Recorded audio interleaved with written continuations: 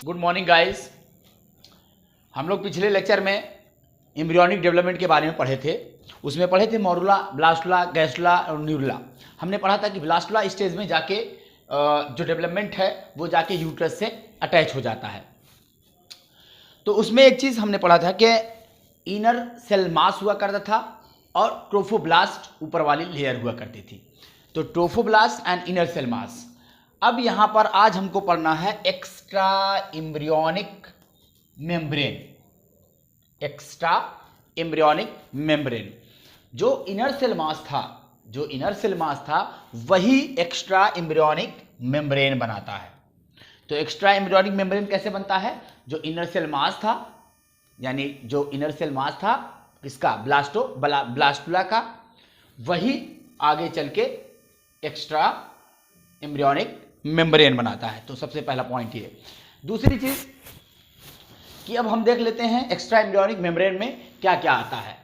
तो पहला हो गया कोरियन, दूसरा है एमनियन और तीसरा है allantois. Chorion, amnion and allantois. But allantois हम लोग में फंक्शनल नहीं होता है। एलेंट्वाइन हम में फंक्शनल नहीं होता है, यानी ये हमसे रिलेटेड नहीं है। ये बर्ड्स में पाया जाता है, लेकिन बर्ड्स में यही आगे चल के यूरिनरी ब्लैडर या किडनी बनाता है। क्या बनाता है? यूरिनरी ब्लैडर और या किडनी बनाता है, और वो स्टोर करता है यूरिक एसिड को। क्या स्टोर करता है? यूरिक एसिड को स्टोर करता है। तो खैर ये चीज़। अच्छा, यहाँ पे आप देखेंगे तो यहाँ पर यॉर्क सैक है लिखा, ये यॉर्क सैक। तो यॉर्क सैक में मीजो और एंडो, मीजोडर्म एंड एंडोडर्म, ये भी हम लोग में फंक्शनल नहीं होता है।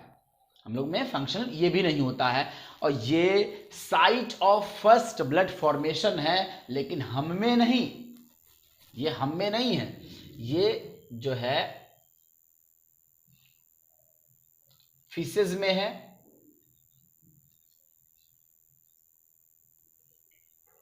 एम्फीबिया में है। फिशेज और एम्फीबिया में है, हम लोग में नहीं है। तो ये चीज समझ लिए। अब देखते हैं हम ओवरऑल हम सही से पढ़ने जा रहे हैं।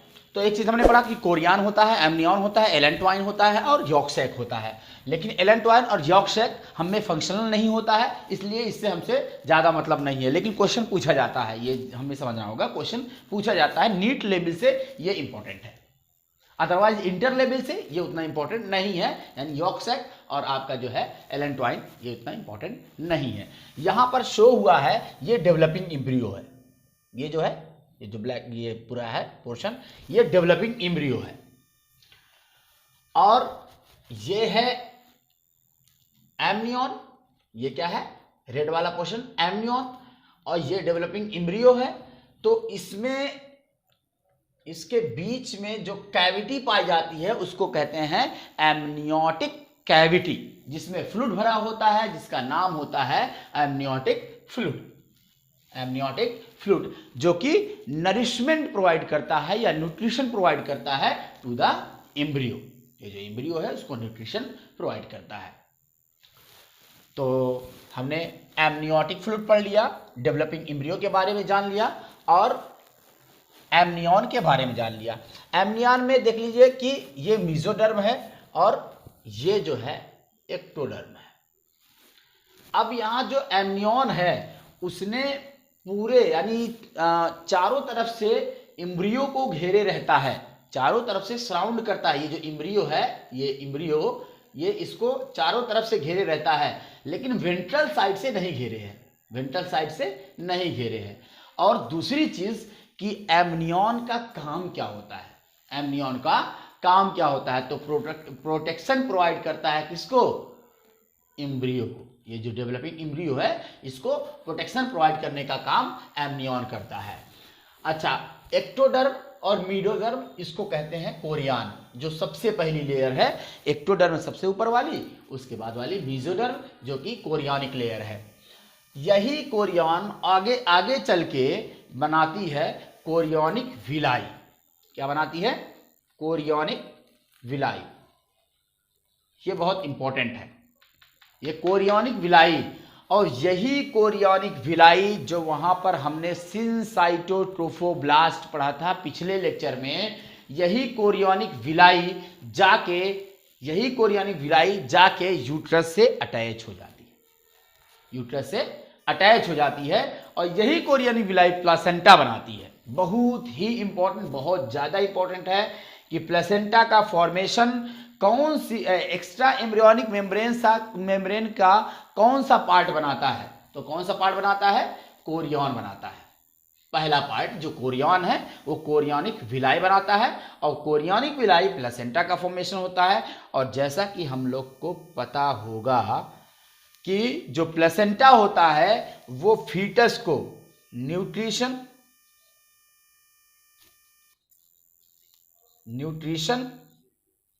रिस्पायरेशन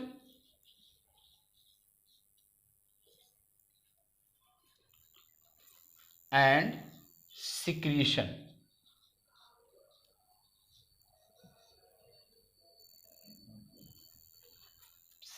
नहीं हाँ ठीक है, सिक्रीशन, इसमें हेल्प करता है। प्लेसेंटा क्या करता है? न्यूट्रिशन, रिस्पायरेशन और एक्सक्रीशन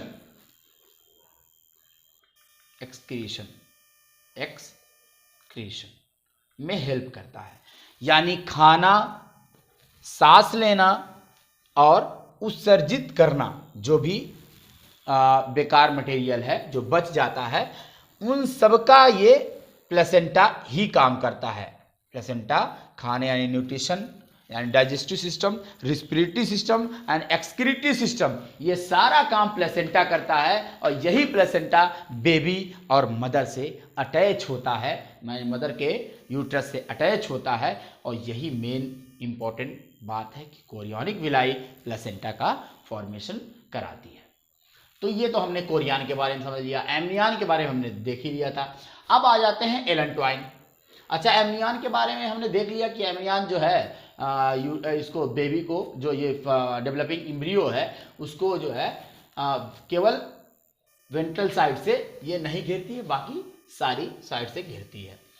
और एलेंटवाइन के बारे में देख लिया कि ये मीजो एंडोडर्मल। तो हम एक चीज और कह सकते हैं कि जो कोरियन की ओरिजिन होती है वो एक्टोमीजोडर्मल होती है, एमनियन की ओरिजिन मीजो एक्टोडर्मल होती है, और एलेंटवाइन की ओरिजिन मीजो एंडोडर्मल होती है, और यॉर्क सैक की ओरिजिन मीजो एंडोडर्मल होती है। अब दोनों में ये चीज़ हम पहले बता चुके हैं कि ये जो एलेंटवाइन है ये नॉन फंक्शनल है मैन में, बर्ड्स में ये फंक्शनल है, यूरिनरी ब्लैडर या किडनी बनाता है, और ये जो है स्टोर करता है यूरिक एसिड को। और अब इसमें देख लेते हैं यॉर्क सैक की, तो मीजो एंडोडर्मल ओरिजिन है, ये नॉन फंक्शनल है ह्यूमन में, और site of first blood formation है, लेकिन हम में नहीं, फिशेस, एम्फीबिया में ये जो है फंक्शनल है। तो this is all over my lecture. अगर वीडियो अच्छी लगे तो सब्सक्राइब, लाइक, शेयर ज़रूर करें। अगर कोई डाउट हो आप लोग को तो कमेंट के ज़रिए आप हमारे तक पहुंचाएं, हम ज़रूर इसका आंसर देने की कोशिश करेंगे।